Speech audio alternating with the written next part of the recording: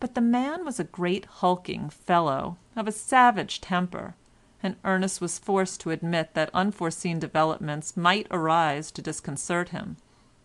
They say it takes 9 tailors to make a man, but Ernest felt that it would take at least 9 Ernests to make a Mr. Holt. How if, as soon as Ernest came in, the tailor were to become violent and abusive? What could he do? Mr. Holt was in his own lodgings, and had a right to be undisturbed. A legal right, yes, but had he a moral right? Ernest thought not, considering his mode of life. But put this on one side. If the man were to be violent, what should he do? Paul had fought with wild beasts at Ephesus. That must indeed have been awful, but perhaps they were not very wild beasts. A rabbit and a canary are wild beasts, but formidable or not as wild beasts go, they would nevertheless stand no chance against St. Paul, for he was inspired. The miracle would have been if the wild beasts escaped, not that St. Paul should have done so. But however all this might be, Ernest felt that he dared not begin to convert Mr. Holt by fighting him. Why, when he had heard Mrs. Holt screaming "murder," he had cowered under the bedclothes and waited, expecting to hear the blood dripping through the ceiling on to his own floor. His imagination translated every sound into a pat, pat, pat, and once or twice he thought he had felt it dropping on to his counterpane. But he had never gone upstairs to try and rescue poor Mrs. Holt. Happily, it proved the next morning that Mrs. Holt was in her usual health. Ernest was in despair about hitting on any good way of opening up spiritual communication with his neighbour, when it occurred to him that he had better perhaps begin by going upstairs and knocking very gently at Mr. Holt's door.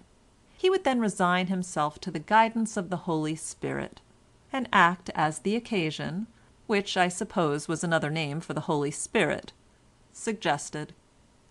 Triply armed with this reflection, he mounted the stairs quite jauntily, and was about to knock when he heard Holt's voice inside swearing savagely at his wife. This made him pause to think whether after all the moment was an auspicious one, and while he was thus pausing, Mr. Holt, who had heard that someone was on the stairs, opened the door and put his head out.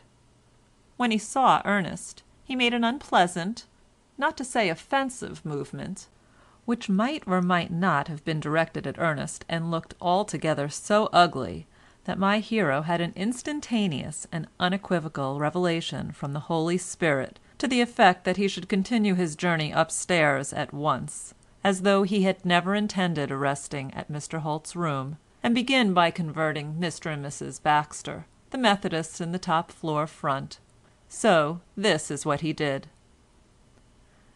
These good people received him with open arms, and were quite ready to talk. He was beginning to convert them from Methodism to the Church of England, when all at once he found himself embarrassed by discovering that he did not know what he was to convert them from. He knew the Church of England, or thought he did, but he knew nothing of Methodism beyond its name. When he found that, according to Mr. Baxter, the Wesleyans had a vigorous system of church discipline, which worked admirably in practice, it appeared to him that John Wesley had anticipated the spiritual engine which he and Pryor were preparing, and when he left the room he was aware that he had caught more of a spiritual Tartar than he had expected. But he must certainly explain to Pryor that the Wesleyans had a system of church discipline. This was very important. Mr. Baxter advised Ernest on no account to meddle with Mr. Holt, and Ernest was much relieved at the advice. If an opportunity arose of touching the man's heart, he would take it. He would pat the children on the head when he saw them on the stairs, and ingratiate himself with them as far as he dared. They were sturdy youngsters, and Ernest was afraid even of them, for they were ready with their tongues, and knew much for their ages. Ernest felt that it would indeed be almost better for him that a millstone should be hanged about his neck, and he be cast into the sea, than that he should offend one of the little Holts. However, he would try not to offend them. Perhaps an occasional penny or two might square them. This was as much as he could do, for he saw that the attempt to be instant out of season as well as in season would, St Paul's injunction notwithstanding, end in failure. Mrs. Baxter gave a very bad account of Miss Emily Snow, who lodged in the second floor back next to Mr. Holt. Her story was quite different from that of Mrs. Jupp, the landlady. She would doubtless be only too glad to receive Ernest's ministrations, or those of any other gentleman, but she was no governess. She was in the ballet at Drury Lane, and besides this, she was a very bad young woman, and if Mrs. Baxter was landlady, would not be allowed to stay in the house a single hour. Not she, indeed. Miss Maitland, in the next room to Mrs. Baxter's own, was a quiet and respectable young woman to all appearance. Mrs. Baxter had never known of any goings-on in that quarter, but, bless you, still waters run deep, and these girls were all alike, one as bad as the other. She was out at all kinds of hours, and when you knew that, you knew all. Ernest did not pay much heed to these aspersions of Mrs. Baxter's. Mrs. Jupp had got round the great number of his many blind sides, and had warned him not to believe Mrs. Baxter, whose lip, she said, was something awful.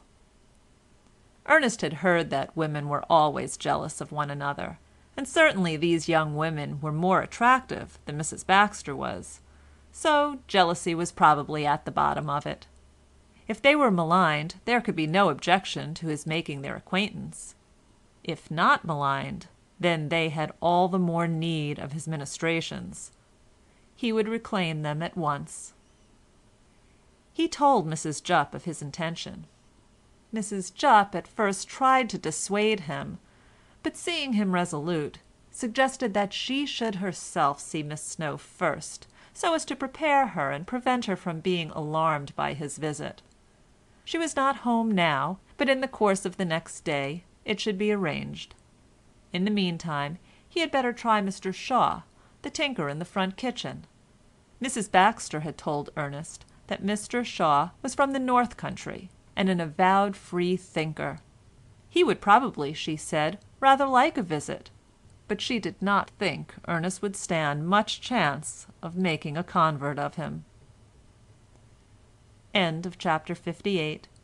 Recording by Rhonda Fetterman.